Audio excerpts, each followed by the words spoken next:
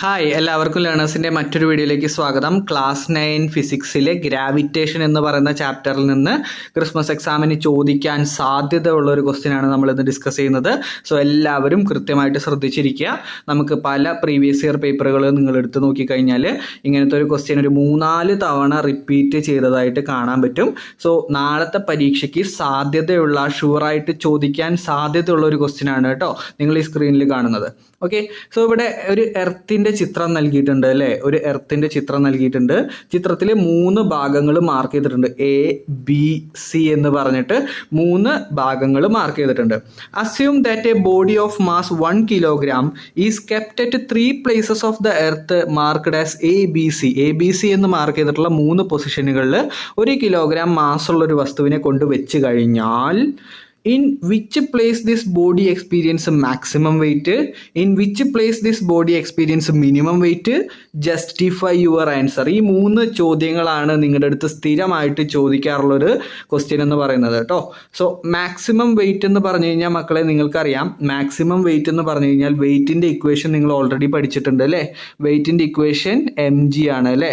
അപ്പോൾ m എപ്പോഴും constant ആയിരിക്കും, അതായത് മാസ് എപ്പോഴും കോൺസ്റ്റൻ്റ് ആയിരിക്കും. അവിടെ ആകെ ചേഞ്ച് ചെയ്യുന്ന ഒരു ഫാക്ടർ എന്ന് പറഞ്ഞു കഴിഞ്ഞാൽ ദാറ്റ് ഈസ് ജി ആണ്. അപ്പോൾ ജീനെ ഡിപ്പെൻഡ് ചെയ്തിട്ടാണ് ഒരു വസ്തുവിൻ്റെ വെയിറ്റ് ഇരിക്കുന്നത്. റെഡിയാണല്ലോ? യെസ്. അപ്പോൾ ഈ ഒരു കേസിലേക്ക് വന്നു കഴിഞ്ഞാൽ, എർത്തിൻ്റെ കേസിലേക്ക് വന്നു കഴിഞ്ഞാൽ മക്കളെ, എർത്തിൻ്റെ പോളുകളിൽ എന്ത് കൂടുതലായിരിക്കും? യെസ്, ജി മാക്സിമം ആയിരിക്കും കേട്ടോ. ജി മാക്സിമം ആയിരിക്കും. പക്ഷേ ഇക്വറ്റോറിയൽ റീജിയൻ, ഇക്വേറ്റർ റീജിയനിലേക്ക് വന്നു കഴിഞ്ഞാൽ ഇക്വേറ്റർ റീജിയനിൽ ജിയുടെ വാല്യൂ മിനിമം ആയിരിക്കും. ജിയുടെ വാല്യൂ മിനിമം ആയിരിക്കും. ഈ ഒരു കോൺസെപ്റ്റ് എന്ത് ചെയ്യണം, നിങ്ങൾ കൃത്യമായിട്ട് ഓർത്ത് വെക്കണം. പോളാർ റീജിയനിൽ ജിയുടെ വാല്യൂ മാക്സിമം ആയിരിക്കും, ഇക്വേറ്റർ റീജിയനിൽ ജിയുടെ വാല്യൂ മിനിമം ആയിരിക്കും. ഇനി എന്താണ് സെൻറ്റർ ഓഫ് എർത്തിലെ കേസ്? സെൻറ്റർ ഓഫ് എർത്തിൽ ജിയുടെ വാല്യൂ 0 ആയിരിക്കും കേട്ടോ. സെൻറ്റർ ഓഫ് എർത്തിൽ ജിയുടെ വാല്യൂ 0 ആയിരിക്കും. ഓക്കെ, അപ്പോൾ ഒരു വസ്തുവിൻ്റെ വെയിറ്റ്, സെൻറ്ററിൽ ഉള്ള വെയിറ്റ് ചോദിച്ചു കഴിഞ്ഞാൽ നിങ്ങൾക്ക് സിമ്പിളായിട്ട് പറയാൻ പറ്റും, ഒരു വസ്തു സെൻറ്റർ ഓഫ് ദ എർത്തിലാണ് നിൽക്കുന്നതെങ്കിൽ അതിൻ്റെ വെയിറ്റ് 0 ആയിട്ട് നമുക്ക് എടുക്കാൻ വേണ്ടി പറ്റും. ക്ലിയർ ആണല്ലോ?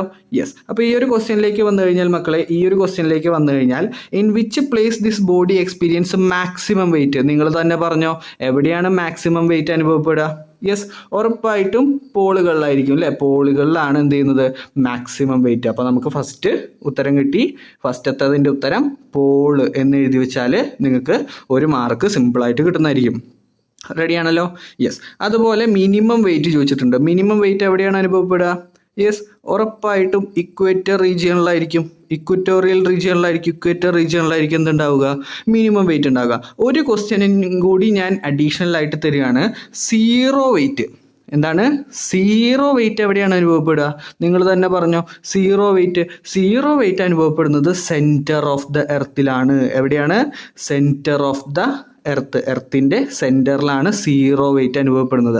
അപ്പോൾ ഈ ഒരു എക്സ്ട്രാ ക്വസ്റ്റ്യനും കൂടി എന്ത് ചെയ്യണം, നിങ്ങളൊന്ന് നോട്ട് ചെയ്ത് വെക്കണം. 0 വെയിറ്റ് അനുഭവപ്പെടുന്നത് എർത്തിൻ്റെ സെൻറ്ററിലാണ് കേട്ടോ.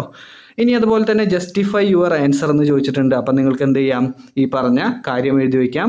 The weight is maximum at poles because g is maximum at poles. എന്താ നിങ്ങൾ എഴുതേണ്ടത്? G is maximum at the poles. അതായത് പോളാർ റീജിയനിൽ അല്ലെ, ധ്രുവ പ്രദേശങ്ങളിൽ ജിയുടെ വില മാക്സിമം ആയിരിക്കും, ഏറ്റവും ഉയർന്നതായി കാണപ്പെടും.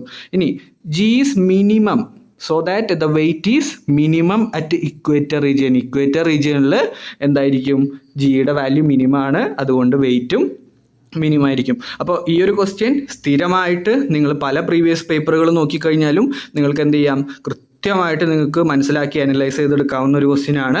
അപ്പോൾ നാളത്തെ പരീക്ഷയ്ക്ക് ഈ ഒരു ചോദ്യം ചോദിച്ചു കഴിഞ്ഞാൽ നിങ്ങൾ എന്ത് ചെയ്യണം, കൃത്യമായിട്ടുള്ള ആൻസർ അടിപൊളിയായിട്ട് എഴുതിയിട്ട് കൊടുക്കണം കേട്ടോ. സോ ചാനൽ സബ്സ്ക്രൈബ് ചെയ്തിട്ടില്ലെങ്കിൽ നിങ്ങൾ കറക്റ്റായിട്ട് സബ്സ്ക്രൈബ് ചെയ്യുക, നിങ്ങളുടെ ഫ്രണ്ട്സിലേക്ക് ഷെയർ ചെയ്ത് കൊടുക്കാനായിട്ട് ശ്രമിക്കുക. സോ നമുക്ക് മറ്റൊരു ക്വസ്റ്റ്യനായിട്ട് അടുത്ത വീഡിയോയിൽ തന്നെ കാണാം. സോ അടിപൊളിയായിട്ട് പഠിക്കുക. മറ്റൊരു വീഡിയോ കാണാം. ബൈ.